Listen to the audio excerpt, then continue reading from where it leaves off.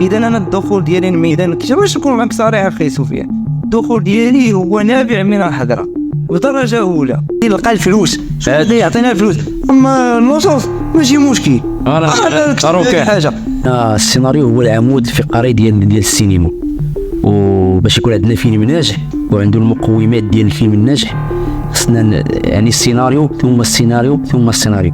ولكن ملي غادي تصطادفوا مثلا في شي برنامج واش هو يقول لك انا رديت قدا ولا قدا؟ لا، يقول لك كاين نحن نعاني من ازمه السيناريو، حيت هاد الجمله كي كتبان عميق ازمه سيناريو ولكن تخفي وراءها الجشع.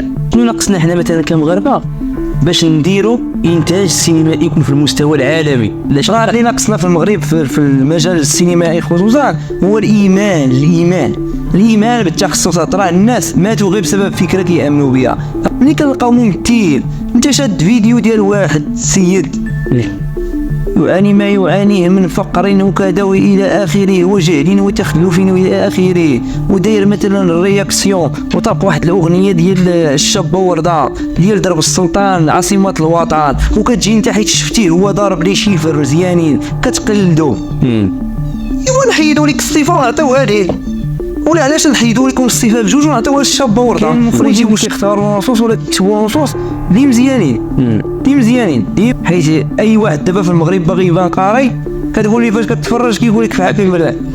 ماشي ان داك المفهوم اللي عندنا حنايا ديال كننتقدك حيت باغي نهدمك ولا حيت باغي كنحاربك، لا. النقد هو التطوير ولكن داكشي اللي قال رفيق بوبكر ولا اللي غيقولوا كاين، وهو انسان شجاع وانا تلاقيته في مدينه خميسه الصراحه، هو من الممثلين المغاربه اللي كيخليوك انك الا كنتي تعطيك الفرصه في شي مكان كما كان انك تبقى تدافع على الممثل المغربي. قادر عندك انت الامكانيات انك تحول ديك الروايه من روايه لسيناريو، يعني تحولها من كلمه لسيناريو. تقدر مثلا غير غدا مع الصباح تلاقاني تقول لي فينا تجي نقول لك نكتب واحد السيناريو، فهمتي؟ وما تجيكش غريبه حيت انا كاتب. اذا السلام عليكم. اليوم في حلقه جديده من حلقات اللي كنهضروا فيهم على السينما والتلفازه والمسرح وكل ما له علاقه بالثقافه. اليوم في هذه الحلقه جا عندنا السي عبد الجليل يدير خي عبد الجليل. باش بغيتي نبداو خي عبد الجليل هذه الحلقه؟ ايوا قال لك اولا نبداو باش يبداو عباد الله كاملين. كنبغي اولا نشكرك ونشكر الطاقم ديال البرنامج على الاستضافه.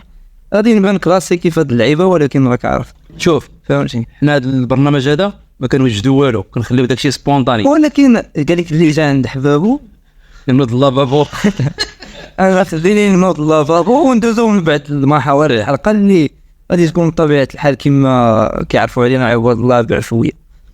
كنشكر ايضا الطاقم ديال البرنامج، المخرج السي بلال والطاقم التقني السي حاتم السي محمد خرماز، وبطبيعه الحال انت الصديق ديالي والاخ سفيان المعروف على الاستضافه.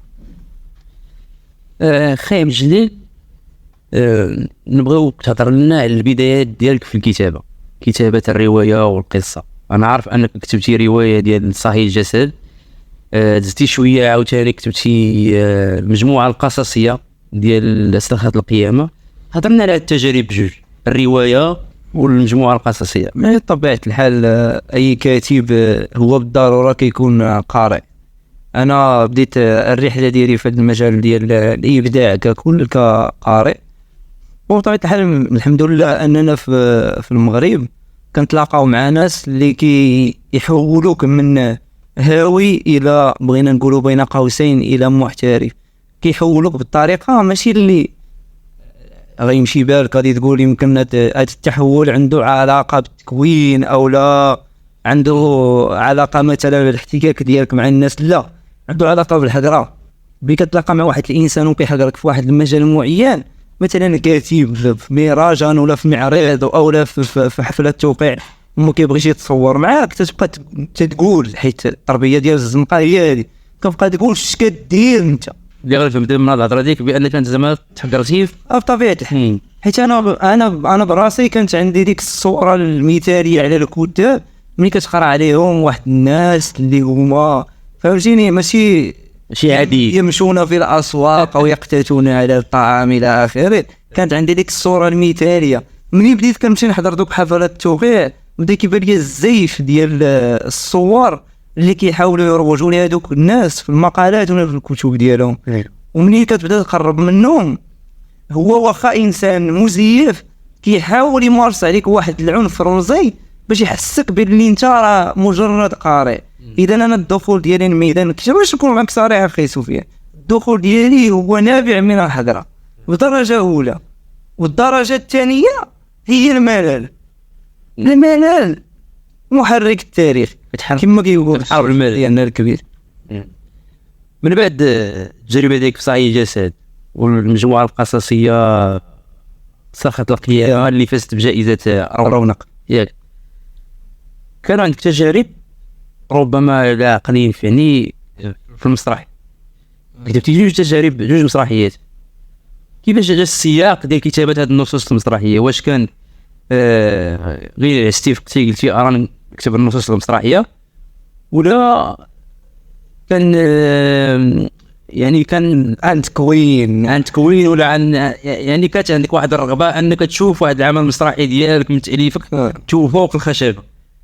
هي عاوتاني اخي سفيان غادي نبان لك وغنبان الناس اللي كيسمعونا هذه الحلقه مختلف شويه على داك الشيء اللي داير في السوق، ولكن ما عندي ما ندير. انا ما اختاريش نفسي كما كيقول فتحي المسكيني، ولكنني ولدتها وصقلتها بالتجارب.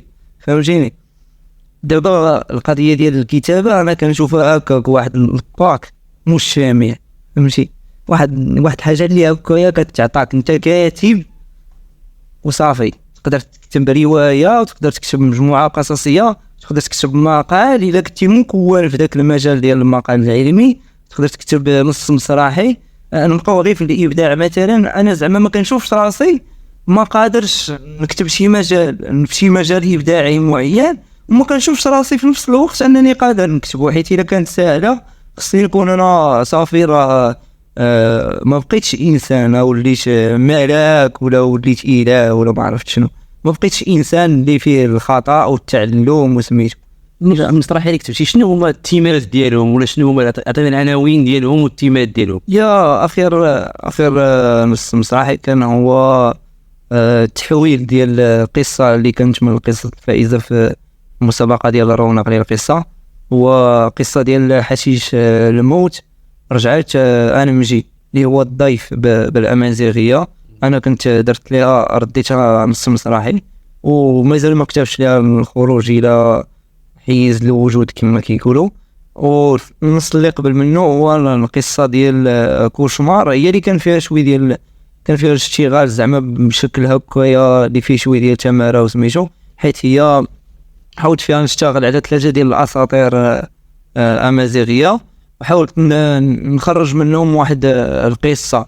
هذه الطريقه هذه استعملات وزعما كتستخدم بزاف ديال شنو الجديد، مسرحات التراث ولا على مسرحات التراث بحال الى الدمج بين القصص التراثيه. المهم هذاك الابداع اللي فيه ذاك المبدع الكسول اللي كيعتمد على المكتبه من اجل ان يبني قصه. فهاد النص المسرحي كتعتبر راسك كسول؟ الا وقفت في الهضره هنا نبقى بهذه الطريقه، ولكن الا زدت او لا قريتي من نص المسرحي ولا تفرجتي فيه غتعرف باللي كاين عندي ذاك النصيب المجتهد بعدا.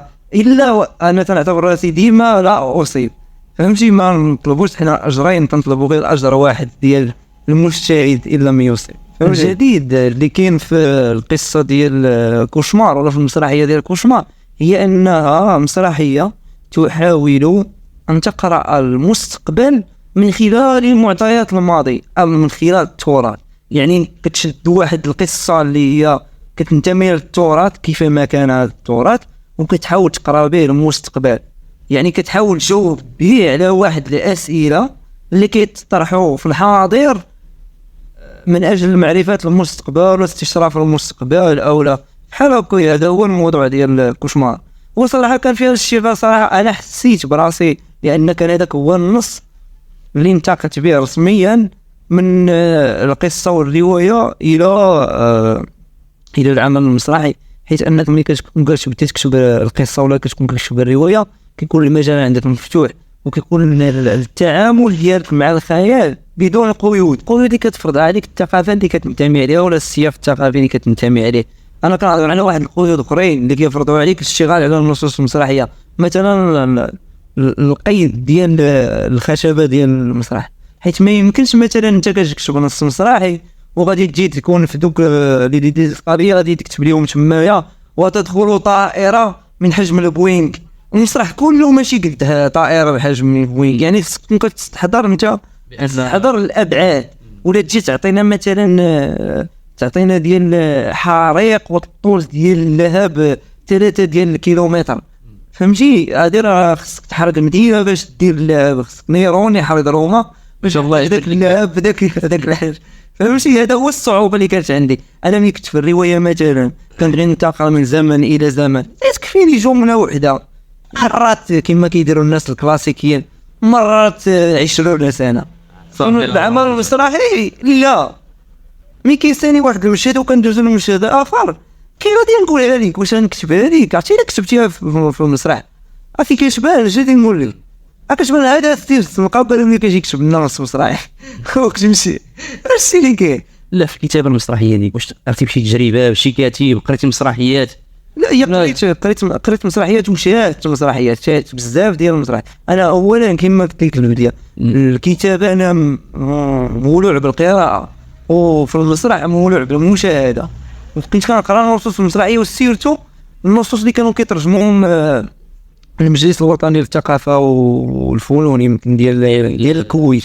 هذوك ابداعات عالميه باش كانوا كيخرجوا هذيك اللي عندهم عالم المعرفه كانوا كيخرجوا واحد النصوص مسرحيه وباش كنقراهم، فهمتي؟ وتما فهمت باللي وزائد ان كدير ورشات وكدير تكوينات، درنا تكوينات عند الناس اللي هما صراحه عاونونا بزاف باش اننا على الاقل تفهم الفرق بين النص المسرحي وبين الروايه وبين القصه وبين حتى باقي الفروع ديال النصوص الادبيه الاخرى. ولكن ما قلت لك انا كنشوف الكاتب بحال لاعب كره القدم، كترمي كره كيلعب مزيان، الا ديتيه مثلا داخل الصاله قلتي ليه داخل الصاله كيفاش كتلعب، الا ترينا غيولي لعاب مزيان، يعرف غير القوانين والقواعد.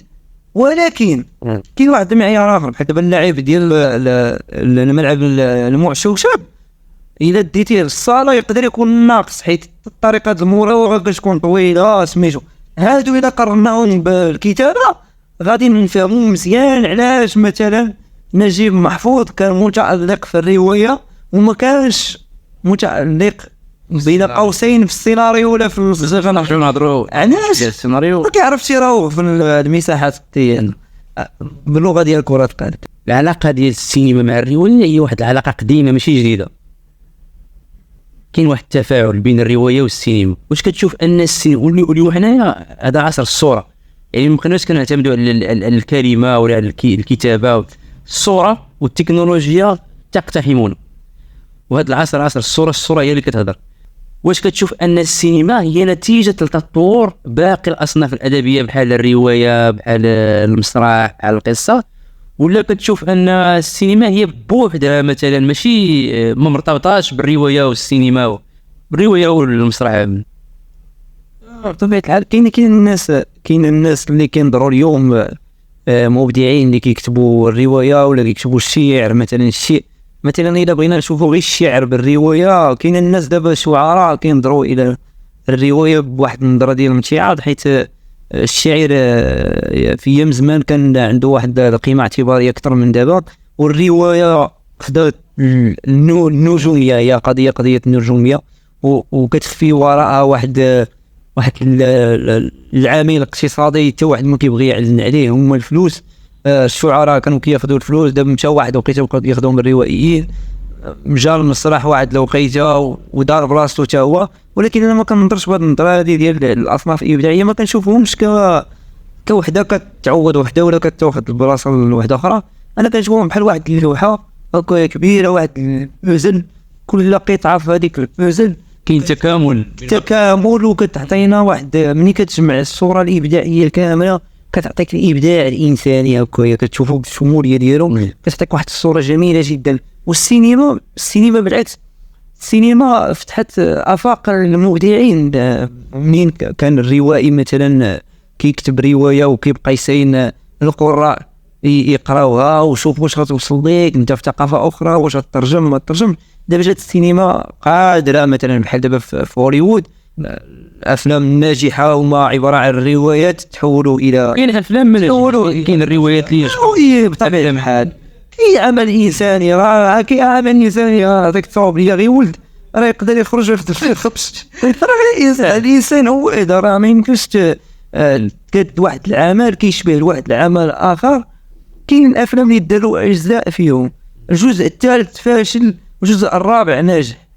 المخرج الى سولتيه كاين روايه فاشله ربما ما تعرفهاش مزيان كتلقى الفيلم ناجح. كاين العكس. حيت شوف هو كل عمل هو قائم بذاته. هذاك راه الفيلم شتي المخرج يكون عارف هذاك الفيلم غينجح غيبقى يدير بحال دوك الافلام ما غينجحش ما يديروش، يكون عارفو ما غينجحش ما يديروش. وهذاك الروائي يكون عارف هذيك الروايه كافكا يكون عارف المصري هي اللي غادي مثلا تردو كافكا ما يكتبش داك الشيء الاخر، ولا المحاكمه مثلا ولا دوستويفسكي مثلا يكون عارف الروايات ديالو غينجحوا في واحد العصر. هو مات بحال بداك الشكل بائس ما غيموتش في ديك الوقت ما يزادش يبقى هذاك العصر اللي فيه النجاح. ولا فان غوخ ما كانش يتسطى فهمتي اللي كان يساهم يدخل في ليساته بعدا من اللوحات ديالو عادي يتسطى فهمتي الى اخره. اربي كام وكذا وقيس على ذلك زعما مخرجين سينمائيين. المهم الشاهد كما كيقولوا الاخوان ديالنا صحاب اللحيه، الشاهد في القضيه انا السينما كنشوفها باللي فتحت افاق اخرى للمبدعين في جميع المجالات. مثلا الروايه ديالك انت كتكتبها يقدر يقراوها الناس ديال الثقافه ديالك وتسين الترجمه الى اخره. قليل الروايات اللي كيترجموا بزاف ديال اللغات مثلا في المغرب. الا حيدنا مثلا الفرج الحافي، حيدنا الروايات اللي خداو داك الصدى معين، كتلقى الروايات ديالنا ما كيفوتوش جوج ثلاثه ديال اللغات، الفرنسيه والانجليزيه بتحفظ فهمتي. ومع ذلك ما كتلقاش في العالم كيقراوهم بزاف. داكشي علاش الادباء المغاربه كيتجهوا للكتابه مباشره بديك اللغه كما دار الطاهر بن جلون واخر. السينما انا كنشوفها باللي هي مثلا في المغرب، الا جينا نهضروا على السينما في المغرب هي الوسيله اللي قادرين نكريو بها اليوم واحد السرديه للمجتمع ديالنا. بمعنى السرديه لان اي جماعه انسانيه عندها واحد السرديه معينه كتكون ديك السرديه عامره بالقيم ديال الجماعه اللي كتبنى عليها الجماعه.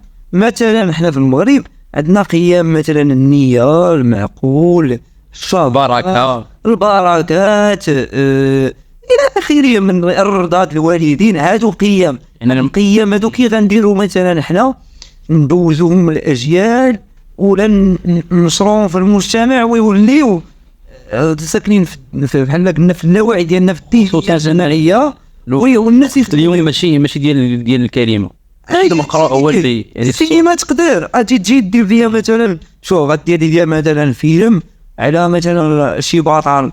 خلي المواقف ديالنا من القضايا خلي نهضر دابا حنا كيفاش نبنيو مثلا المجتمع بالسينما. مثلا طارق بن زياد غنشدوه وغنديروه هذاك البطل اللي هو مرضي الوالدين واللي هو متخلق واللي مثلا هو شريف ما كيسرقش. حنحتاج القيم ديال محاربة الفساد إلى آخره وغنديروا به واحد الفيلم وغنعرضوه يشوفوه الناس كاملين. واحد الطريقة سينمائية رائعة جمالية الصورة إلى آخره. انت راه كتفهم أكثر مني في هادشي الأخ سفيان. وغادي نقدموه للناس وغيشوفوه الناس غادي يشوفوا حيت فيه شويه ديال الحرف فيه شويه ديال سميتو كما الناس كيبغيو كاملين. ولكن راه في اللاوعي ديالهم نخدموا شويه الماركتينغ نستافدوا من التجارب ديال شركات الاشاره راه كترسخ ليه واحد القيم مجتمعيه. الا بغيتي هاد الشباب هادو يبنيو لينا واحد الدوله. كتشوف ان الروايه ديالك صاحي الجسد يعني عندها الامكانيات باش ترجع فيلم سينمائي ربما؟ الا انا ما نقدرش نقول لك حيت دابا انا مثلا الا سولتيني قلتي لي صاحي الجسد واش كتبتيها على اساس انها تولي فيلم نقول لك لا بصراحه. انا حيت هذيك كتبتها روايه فهمتي.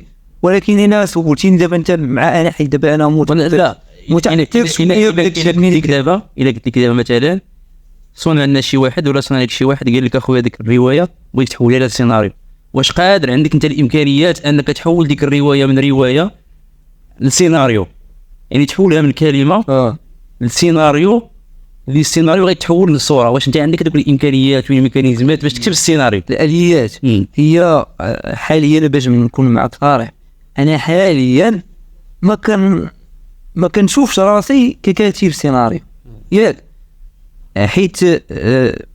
حيت هاد اللحظه هذه اللي انا فيها ما عنديش الرغبه ديال كتابه السيناريو. ولكن انا كنآمن باللي راه كاينين معنا ناس اللي قادرين يكتبوا السيناريو وقادرين يضيفوا للروايه شي حويجات اللي انا سقطوا سهوا كما كيقول، سقطوا سهوا عني ملي كنكتبهم في الروايه.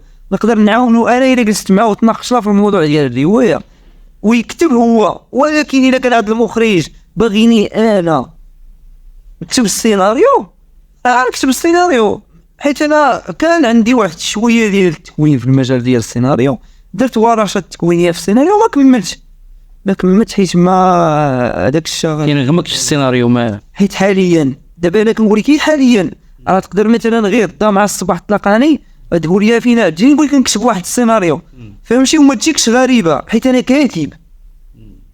لا، ولكن كاين بزاف الكتاب د الروايه اللي ما نجحوش السيناريو، منهم نجيب محفوظ. دابا نجيب محفوظ كون كان عارف راسو ينجح في كتابه السيناريو ما يكتبش الروايه، وكون كان عارف راسو غيفشل في كتابه السيناريو يكتب الروايه. صافي نبينا عليه السلام. كنعرفوا ان السيناريو هو العمود الفقري ديال السينما، وباش يكون عندنا فيلم ناجح وعنده المقومات ديال الفيلم الناجح خصنا يعني السيناريو ثم السيناريو ثم السيناريو.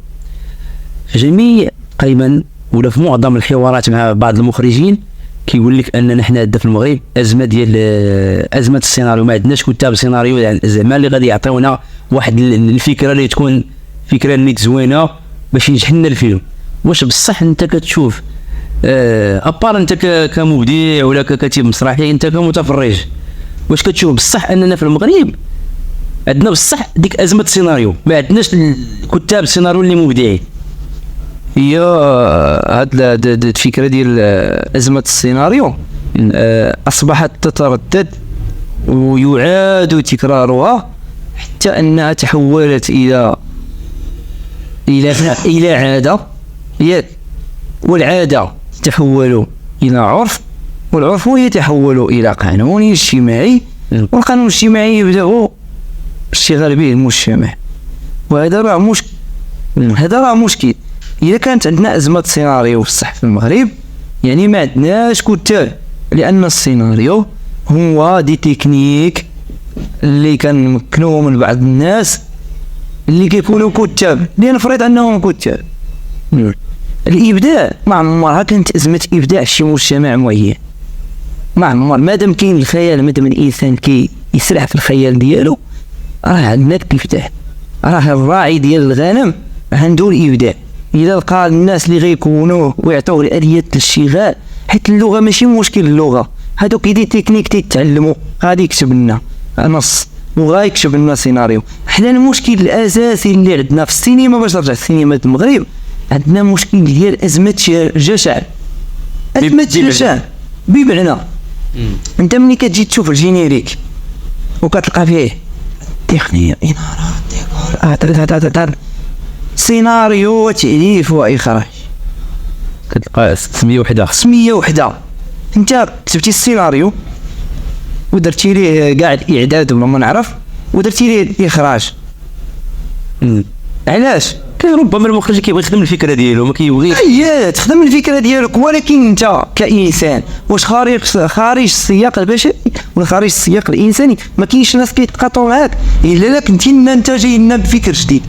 الا كنتي جاي بفكر جديد وما تربيتيش التربيه ديال ذاك المجتمع وما تلقيتيش الافكار ديال ذاك المجتمع وجيتي جديد علينا من كوكب مثلا عطارد وجايب لنا افكار جديده، ما قلبوا لك في المجتمع حتى هي وما غنلقاوش اللي كيتقاطع معاك. اصلا ما قال لك ما قسم ربي الريوس باش تختلف الاراء. خصك انت تكون عاد كتامن بهذه الفكره هذه، وخصك تكون كتامن بحاجه اخرى، هي انك انت مخرج تلتزم بالاخراج. وهذاك السيناريست خصك تامن بها باللي انها خدمه، بان انها خدمه ماشي انني انا مخرج كنقلب على شركه الانتاج ولا على اللي درت في الانتاج هو الاول، ومنين غنلقاه هي دابا اللي صعيبه في المغرب، خصني نلقى الفلوس، اللي يعطينا الفلوس. اما النصوص ماشي مشكل، انا حاجه حيت دابا ماشي ما عندناش مشكل ديال الكتاب في المغرب، ماشي ما عندناش. غتمشي باي معرض مثلا مغربي، معرض جهوي، غتلقى عدد لا يحصى ديال، ولكن واش كتاب السيناريو وروايات قادره انها تحول السيناريو. واش دابا حنا مثلا المعاهد اللي عندنا ما كيقراوش فيهم الكتابه ديال السيناريو؟ كنظن ما عرفتش موجودين، كيقريو الاليات ديال كتابه السيناريو، نشدوها سيدي. ولكن المخرج شنو دابا التفكير ديال المخرج؟ التفكير ديال المغربي كأنا مثلا انا كنت مخرج غنجلس مع راسي، بلاتي يا خويا عندي واحد الميزانيه معينه، مثلا انا كمخرج غادي تجيني مثلا واحد الدوله قدا ديال الفلوس، هذيك الدوله قدا خصني نحيد منها قدا نعطيها له السيناريو. علاش انا اخويا ما نجلسش ونكتب السيناريو راسي وديك الدوله قدا نديها كامله؟ هذا هو التفكير. ولكن ملي غادي تصطادفوا مثلا في شي برنامج، واش هو يقول لك انا رديت الدوله قدا؟ لا، يقول لك كاين نحن نعاني من ازمه السيناريو، حيت هاد الجمله كي كتبان عميق ازمه سيناريو، ولكن تخفي وراءها الجشع. كتخفي وراء الجشع، وحنا راه كنشوفوها. راه كاين الناس اللي كيديروا الاخراج وكيمثلوا وكيديروا حوايج اخرين، يقدر يدير المونتاج ايام تاع تقرب بها في القدرات هذو وانت واعر. ولكن انت ما غتكونش واعر مثلا بحال الناس اللي في السينما الامريكيه اللي متقدمين ولا لا. ما تقول لي السينما دابا يقول قائل ما تعطينيش نموذج ديال السينما الامريكيه، حيت السينما الامريكيه راه عندهم الامكانيات. وشوف الميزانيه ديال مثلا ديال شوف الميزانيه ديال تويلايت، شوف الميزانيه مثلا ديال تيتانيك شحال مقارنه. راه نعطيوك الميزانيه ديال تيتانيك، انت مخرج مغربي راه نعطيوك الميزانيه ديال تيتانيك، عرفتي شنو غادي دير بها؟ بلاص ما تصورنا فيه في الروج غتصورنا فيه الرخ، اتصورنا حنا كمغاربه مثلا. باش علاش حنا ما نديروش مثلا وخصنا نامنوا بالتخصصات؟ راه اللي ناقصنا في المغرب في المجال السينمائي خصوصا هو الايمان بالتخصصات. راه الناس ماتوا غير بسبب فكره كيامنوا بها. راه الايمان بان كاين متخصصين. الا بغيتي تطور، الا كان عندك هدف انك تطور هاكا لاندستري كما كيسميوها، تطور هذيك الصناعه السينمائيه. بغيتي تطورها بهذا الشكل، حيت كاين النماذج. مثلا كتشوف السينما الايرانيه بدات بامكانيات اللي نقولوا حنا بين قوسين هي امكانيات اللي هي بسيطه، وتطورات وصلت. الا قارنا دابا مثلا السينما المغربيه ما بين السينما المغربيه والسينما العربيه، ولا بين السينما المغربيه والسينما الاجنبيه بصفه عامه، شنو ناقصنا حنا مثلا كمغاربه باش نديروا انتاج سينمائي يكون في المستوى العالمي؟ افلام يكونوا عندنا الناس يتعرفوا عالميا ويشاركوا في مهرجانات ويربحوا جوائز. مع ان مؤخرا كاين بعض الافلام ديال بعض الشباب اللي يعني شاركوا في بعض المهرجانات العالميه. دابا هذا هو المشكل. الا بغينا حنا تولي عندنا هذوك الافلام اللي نقدروا نبقاو نقولوا عندنا فيلم عالمي، خصنا اصلا حنا نشتغلوا بالاليات اللي كيشتغل بهم العالم. انا نرجع لك المثال ديال كره القدم، حيت انا كنلعب الكره بزاف، نجيو ديما كنعطي بها المثال. دابا نجيبوا واحد المدرب ديال كره القدم، نجيبوا دابا المدربين اللي واعرين في التكتيك هو غوارديولا ياك، وغنجيبوا غوارديولا وغنقولوا ليه شوف غوارديولا غادي تصنع لنا فريق ينافس على البطولات. فهمتي؟ غوارديولا شنو كيدير؟ كتشوف مانشستر سيتي عنده 11 واحد مكلف غير بالتقنيه ديال تحليل الفيديو. المغربي غتقول ليه مثلا انت غادي نعطيوك مثلا فلوس باش تجيب لنا المحللين الفيديو، يقول لك ولا دير صافي راه ديال تحلل لنا الفيديو، نحل الفيديو وناخذ هذوك الفلوس علاش نجيب لنا الناس يبداو ياخذوا الفلوس. في الاخر غتلقى المرقه ديالنا ديالو بحال هكاك. هذا هو العمل الابداعي. فهمتي؟ ما كيامنش بالتخصص، ما كيامنش بالتخصص. هذاك الشيء علاش قلت لك انايا، قلت لك قبيله في الاوف، قلت لك باللي الا شديتي الفلوس وعطيتيهم للمخرج مغربي بلاص ما يصور لك فيلم سميتو ولد مو، غادي يصور لك فيلم ولد الامبراطوره. راه هو غير الا غيصور ولد مو لابس جلابه، ملي غتعطيه الفلوس هذيك الجلابه يدير فيها الالماس ويدير فيها وصافي وغير ولد الامبراطوره. انت ما عجبك حتى شي فيلم مغربي ما عجبكش المغربي؟ لا بالعكس كيعجبوني. انا مثلا ديما كنعطي واحد المثال، هي غير سلسله الفازيه ولكن كتعجبني، مخدومه على حقها وطريقه كما كنقولوا هي ساعه في الجحيم. هذاك العمل يستحق انك تقول انه عمل خصو يتحترم. فيه تصوير مزيان، فيه قصه مزيانه، فيه تشويق، كتبقى المهم الاساس هي كتفرج وكتنسى شكون. دابا المشكل اللي كيوقع ليا انا في الافلام المغربيه مثلا، عندي نفرض ان رفيق بوكر هو اللي يلعب مثلا الدور ديال البطوله في واحد الفيلم معين، ياك كنبقى نشوف الفيلم، انا كنتفرج في الفيلم وساعه دقيقه 65 تخيل دقيقه 65 ومازال كنشوف انا وكنقول مستخوط هذا رفيق بوكر، مازال كنشوف رفيق بوكر.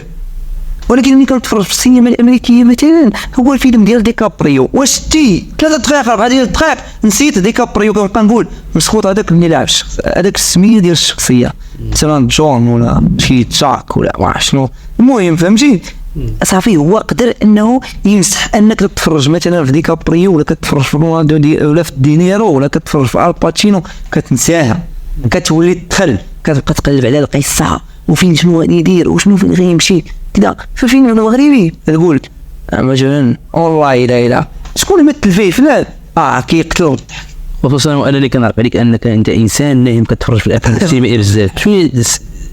شكون هما الافلام السينمائيه اللي يعني اللي زعما كتوشي وكتقول ما كرهتش مثلا بحال هاد الافلام هادو يكون كيداروا في المغرب؟ لا مثلا الا بغيت ندير واحد الكلاسمون، واخا الكلاسمون هو غير انطباعي. شتي شي حاجه عجباتك مثلا السلسله، نعطيك واخا سلسله ماشي مشكل اي حاجه، السلسله ديال دارك كتفرج فيها وكتشوف الكذوب قدام عينيك، شخصيه كتلاقى مع راسها وانت كتفرج وكتقول هادشي راه بصح، كتشوف الكذوب كيفاش واحد جالس مع راسو وكتقول راه بصح. يعني هاد الناس راه وصلوا لواحد الدرجه ديال التقمص ولا ديال الاحترافيه كبيره، حنا نقدروا نوصلوا لهذا المستوى الى، ولكن خصك تمشي بلا ترجعوا لدارك، خصك تمشي لدارك وتشوف الجينيريك ديالو كي داير. شوف دارك الجينيريك ديالو، راه شتي داك الانسان اللي كيقادها بالكول هذا ديال القميجه، راه انسان كيتخلص باش يقاد لك القميجه، فهمتي؟ حنا راه عندنا المكلف بالملابس كيدير كلشي وكيحدد الحوايج وكيصبر الحوايج ويقدر يجيب لك حتى الحوايج من دارو، فهمتي؟ وي صافي هذا مكلف بالملابس. حتى المخرج الا جاتو الشمس كيعيط المكلف بالملابس تيقول لي شي كاسكيطه انا جي خدمتو هذيك اصاحبي، فهمتي؟ وكيقول لي جيب لي كاسكيطه ويجيب لي كاسكيطه. ما عندناش التخصص، شي التخصص في المغرب راه ما كاينش نهائيا، ما كاينش شي حاجه سميتها التخصص، كاين شي حاجه سميتها عندنا واحد القدر مالي خصنا نخرجوا منه الكاد من كاد، فهمتي؟ كنعرفوا اخويا بجد ان اي فن بصفه عامه كيف ما كان هو صوره ذاك المجتمع اللي كينتمي ليه، سواء لا القصه لا الروايه لا السينما لا المسرح لا كذا. وهاد الناس هادو اللي كيشتغلوا في هاد المجالات ديال القصه وديال الروايه وديال المسرح ديال السينما هما كينتميو لذاك المجتمع، وهنا كيتفاعلوا مع ذاك المجتمع، كيتفاعلوا مع القضايا ديالو.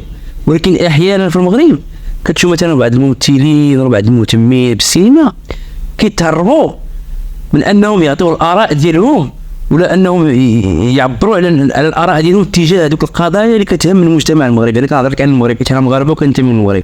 مثلا قضيه غلاء الاسعار، قليل الممثل اللي كيتفاعل مع قضيه بحال هذه القضايا هذه، قليل الممثل مثلا اللي كتلقاه يدير واحد الفيديو كيتفاعل مع القضيه لانه كيعبر على قضيه ديال القضيه الوطنيه، قضيه مجتمعيه.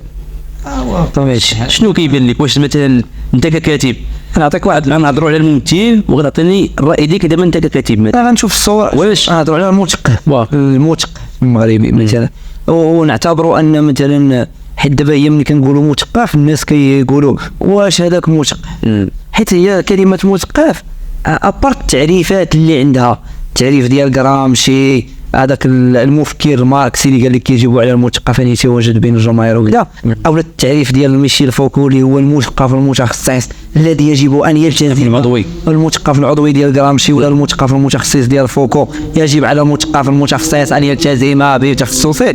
هادو تعاريف نظريه ديال الناس اللي اجتهدوا فهمتي؟ حنا نقدروا نتمنوا واحد منهم، ولكن حنا شنو محتاجين اننا نرجعوا الامور الى اصولها. كلمه مثقف جايه من ثقافه الثقافه مقصود بها ماشي المعنى الانثروبولوجي، حيت هو كل كائن بشري هو كائن ثقافي. هذا هو التعريف ديال الانثروبولوجي. حنا كنقصدوا بالثقافه هي الثقافه العالمه، يعني عندك واحد الزاد المعرفي معين كيمكنك من انك تخدم الدماغ ديالك وتاخذ مواقف معينه من الحياه ككل، حيت داخله فيها القضيه الاجتماعيه.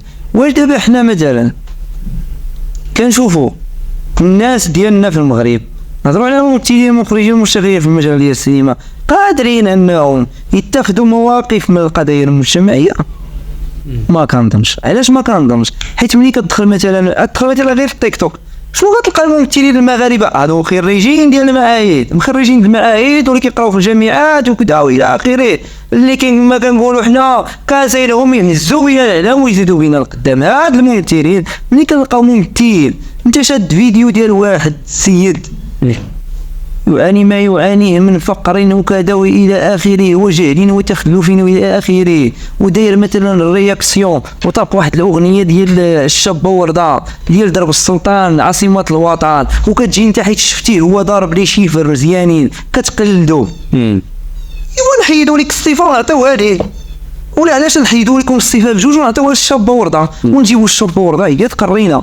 الا كنتي انت في الاخر تمشي دير لنا فيديو وتبقى دير ليا بحال هكا وتبدا تساهم في انتشار ديال هاد الحركات هادو اللي اصلا هما حركات كينتمي لواحد المعجم اللي هو سيجني، وغادي تجي تبدا تكررهم وكنسينو انت كتقول لي واش غادي يكون عنده ردة فعل من القضايا المجتمعيه.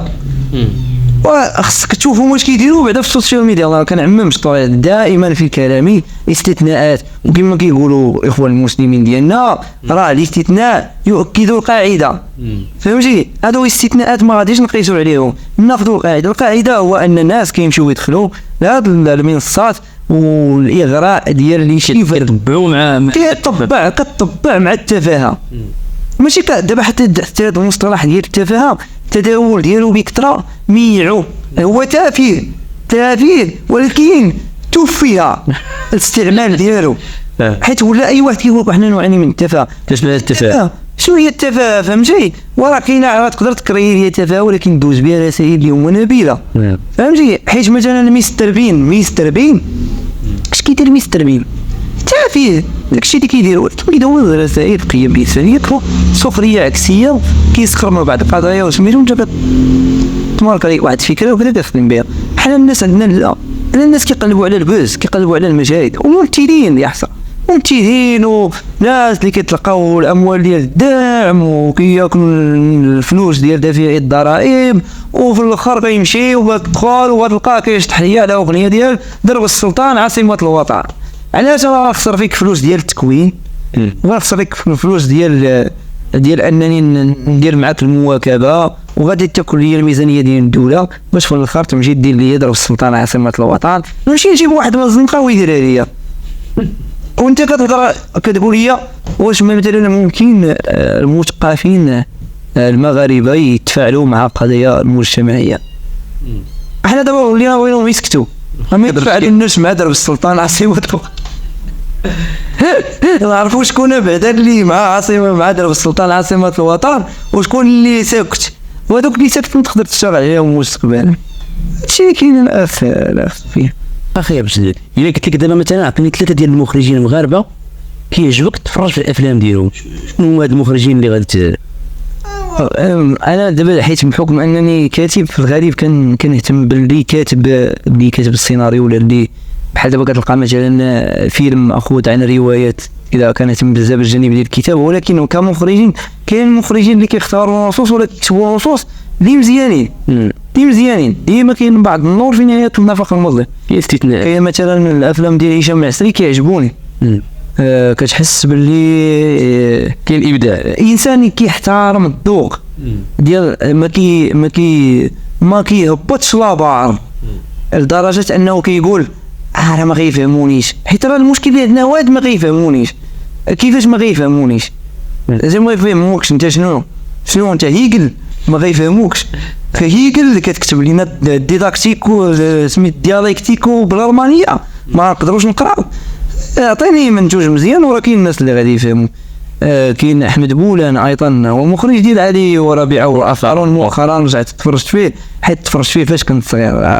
تتفرج وانت صغير راك عارف كتكون اراء انطباعيه، ولكن منين شويه الحمد لله كاين الناس كيقراونا شويه عباد الله، وبدينا كنميزوا بين الصالح والطالح. عجبني بولان ايضا كيختار المواضيع ديالو، كينتقي المواضيع ديالو. كاين ايضا ياسين فنان المخرج ديال سعيد الجحيم اللي كنديرتو ليك، واخا هو راه كان مخرج بعد، ولكن ياسين فنان اللي عقل على السميه ديالو. كاين بزاف د المخرجين صراحه كيشتغلوا. انا المشكل هو ما عنديش داك الهم ديال انني نحتفظ بالاسماء ديال المخرجين اكثر من انني كنحكم على التجربه السينمائيه المغربيه كامله فين وصلت. كيكونوا بعض المرات كيكونوا دوك كنقولوا بحال هكا الفلاش مثلا بانت واحد العام نقولوا بانت هذيك الروتو كابور قلنا باللي راه فهمتي، ولكن هي استثناء. بانت واحد العام كازانيغرا وقلنا كاين شي وحدين قادرين يسطموا في شي لعيبات، ولكن كيخفت داك الشيء. الزيرو مثلا ديال الخماري ايضا، الا قدر مثلا الخماري يبعد من كازابلانكا شويه وكذا ويبين لنا باللي هو مخرج ماشي ديال الدار البيضاء، فهمتي، مخرج ديال الفيلم الوثائقي. ما كتفرجش في فيلم وثائقي في المغرب. الا جينا نهضروا على الفيلم الوثائقي من غير حكيم بن العباس، ما بغيتش نهضر على حكيم بن العباس حيت حكيم بن العباس دابا ولا طوندونس. علاش طوندونس؟ حيت اي واحد دابا في المغرب باغي يبان قاري كتقول لي فاش كتفرج كيقول لك في حكيم بن العباس، في حين ان حكيم بن العباس انا تفرجت فيه قديم وكيعجبوني الافلام الوثائقيه ديالو، كيعجبوني.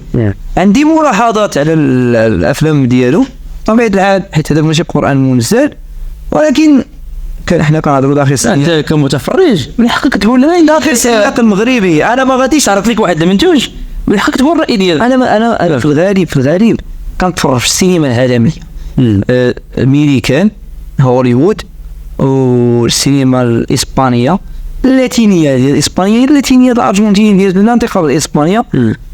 كنتفرج في السينما الكوريه حيت كاين واحد الديفلوبمون دابا طالع، والدليل ان بارازيت خدات الاوسكار. وكنتفرج في المانغا ديال اليابان. المانغا ديال اليابان عاوتاني اليابانيين مشاو بعيد في المانغا. واخا عطيني 3 الافلام المغربيه كيعجبوك و3 الافلام اجنبيه. ما نقدرش نشوف، ما نقدرش نحدد لك نقول لك دابا الا قلت لك دابا السميات غادي نكون غير بغيت نجاوبك على السؤال باش ندوزو لحاجه اخرى. فهمتي؟ حيت الا دابا انا نعطيك 3 الافلام المغربيه غتبقى لاصقه فيا هذوك 3 الافلام المغربيه هما اللي كيعجبوني، ولكن ما كيعجبونيش هذوك 3. كيقدر مثلا الفيلم اللي كنا كنهضروا عليه ديال الفروج عجبوني شي لعيبات في الفروج، ولكن الفيلم كامل ما عجبنيش. وكاين افلام مثلا بحال دابا ديال جوع كلبك ديال هشام العسري عجبني الفيلم، ما عجبونيش شي لعيبات في الفيلم. ما نقدرش منتوه الا انا لا عجبني. شوف الا عجبني الفيلم كامل خصني يكون انا هو موي هشام العسري. فهمتي؟ بصراحه الا عجبني، الا جيت قلت لك والله الا هذا الفيلم 100% عجبني، ما عندي حتى ملاحظه عليه، انا مو حيت الوالده وحده اللي كتامن بك انك على صواب 100%. ضروري اي عمل بشري كما كنقولوا هو نسبي وقابل للنقد، والنقد ماشي ان داك المفهوم اللي عندنا حنايا ديال كننتقدك حيت باغي نهدمك ولا حيت باغي كنحاربك. لا، النقد عنده هو التطوير ديال المنتوج كما قال ميشيل فوكو. انا دوري كمفكر هو انني ننتقد، اما الحلول يبحث عنها السياسيون. هذا فهمتي، هذا كلام قيل في سياق اخر، ولكن ممكن اننا نستغلوا من السياق. طيب جي نعطيك 3 ديال الاسماء وتقول لي شنو هو الراي ديالك فيهم. الشخصيه الاولى، الاسم الاول نبيل عيوش. نبيل عيوش صراحه من غير داك يعني داك التناول ديالو اللي كيتناولوه الناس من باعتباره انه كينتمي لواحد العائله معينه. انا صراحه دوك الافلام اللي يديرهم نبيل عيوش وكانوا عندنا بزاف ديال نبيل عيوش، كانت السينما المغربيه غادي تتطور. لا علي سوا ولا حتى الزيد اللي فيك، شي الزيد اللي فيك اللي كان تعرض لدوك الانتقادات، حيت انا ما كنتش متفق مع انه يخرج الزين اللي فيك بداك الشكل ديال هذاك ديال لي روش. دوك لي روش فاش خرجوا داك الشكل والفيلم خدا واحد، حيت حنا ما شفناش الفيلم، لا شفنا هذوك لي روش هما اللي انتشروا ولكن مزيان، عنده واحد زاوية نظر إبداعية محترم عليها، مزيان. الناس اللي كيشتغلوا رفيق بوكر إنسان، رفيق بوكر إنسان، ما يمكن لك إلا تقول إنه إنسان يعبر على ما يختلجه باللغة اللي كيتكلموا بها كاع المغاربة، كيقول داكشي اللي خصو يقولوا. الناس عندهم مشكل مع الطريقة ديال الهضرة ديالو، لي دوغري ديال اللغة. دوك الناس براسهم راه ملي كيسمعوه كيكونوا غير بوحدهم كيقولوا عنده الصح، لكن ملي كتكون وسط الجماعة كيحضروا القيم كيحضروا الأخلاق زوينة دار دوك ردود الفعل. ولكن داكشي اللي قال رفيق بوكر ولا اللي غيقولوا كاين، وهو إنسان شجاع. وأنا تلاقيته في مدينة خميسة الصراحة، هو من الممثلين المغاربة اللي كيخليوك أنك إذا كنتي تعطيك الفرصة في شي مكان كما كان أنك تبقى تدافع على الممثل المغربي، عكس بزاف ديال الممثلين اللي كيصحاب لهم راسهم راه وصلوا وراه وصلوا لفين.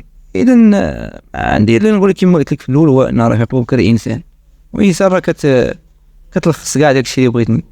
الفنانة سامية أقريو. سامية أقريو صراحة ممثلة كبيرة وما كانش عليها. أنا صراحة نقول لك صراحة في سفيان، أنا التعليق ديالي تعليق حر. أنا ما كانش عليها هي أنها تدخل في دوك النقاشات ديال فاش كنسولها رضوان رمضاني في البرنامج ديالو مع رمضان، قالت ليه أنا كنصح المغاربة اللي ما عجبهمش الأعمال يمشيو يقراو الروايات. قراو اختي سامية قرا، ولكن ردي لنا الفلوس ديال دافعي الضرائب اللي جديتي نتيا والمخرج ودوك القايمين على العمل، نشريو بهم الروايات. وانا واحد مني والله الا عاود شفتك اصلا ما كنشوفوش، انا ما كنتفرجش في الافلام ديال سامية عقريب، كيجيني داكشي بايزيك فهمتيني. والدليل ان فاش طيرت الحوار انني ما ذكرت حتى شي عمل مشاركه فيه، الله يهديها والله يرد بها وكنطلب منها انها تحترم المتفرج المغربي حيت هو اللي كيفلصها. راه ماشي البواط برودكسيون ولا دوك اللي كيديروا تنفيذ الانجاز اللي كيفلصوا، هذوك راه اموال ديال دافعي الضرائب. ديك الطريقه باش هضرات معاهم راه ماشي طريقه ديال الفنان في الحوار ديالو ولا في الكلام ديالو مع الجمهور. بجد شكرا، كنشكرك على هذا اللقاء، الله يحفظك.